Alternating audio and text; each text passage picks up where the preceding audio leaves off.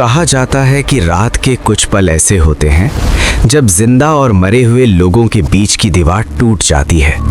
ये कहानी है उसी वक्त की जब घड़ी में बार बार 11:11 बज रहा था। राघव एक प्राइवेट कंपनी में काम करता था। नौकरी की वजह से उसे शहर से दूर एक पुराने इलाके में किराए का कमरा लेना पड़ा।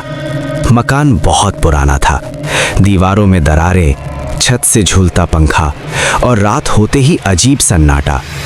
पहले दिन ही पड़ोसी ने कहा था, रात 11 बजे के बाद अगर कुछ सुनाई दे तो दरवाजा मत खोलना।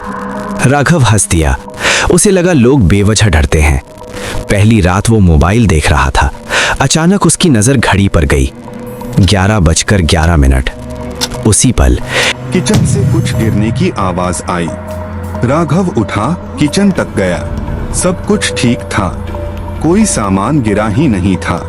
वापस आया तो मोबाइल अपने आप ऑन था। स्क्रीन पर लिखा था, तू मुझे भूल गया। राघव का दिल जोर से धड़कने लगा।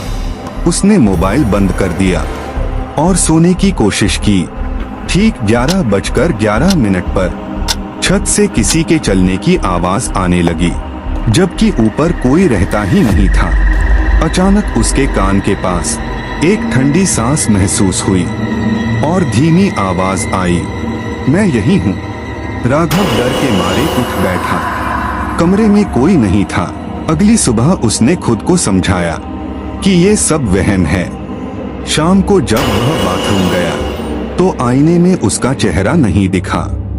आईने में पीछे एक और चेहरा था, जली हुई त्वचा, सफेद आंखें और टूटी हुई गर्दन। राघव पीछे मुड़ा, वहां कोई नहीं था। आईने पर खून से लिखा था, आज आखिरी रात है। राघव ने कमरा छोड़ने का फैसला किया। उसने बैग पैक किया और दरवाजा खोलने ही वाला था कि घड़ी फिर से बजी। रात के 11:11। दरवाजे पर जोर की दस्तक हुई। राघव चिल्लाया, कौन है? बाहर से जवाब आया, मैं, जिसे तू छोड़कर चला गया था। उसे याद आया, सालों पहले इसी मकान में उसका छोटा भाई रहस्यमयी तरीके से मर गया था और राघव डर के मारे उस रात भाग गया था। दरवाजा अपने आप खुल गया। कमरे की लाइट बुझ गई। सुबह पड़ोसियों ने कमरे का दरवाजा खुला पाया।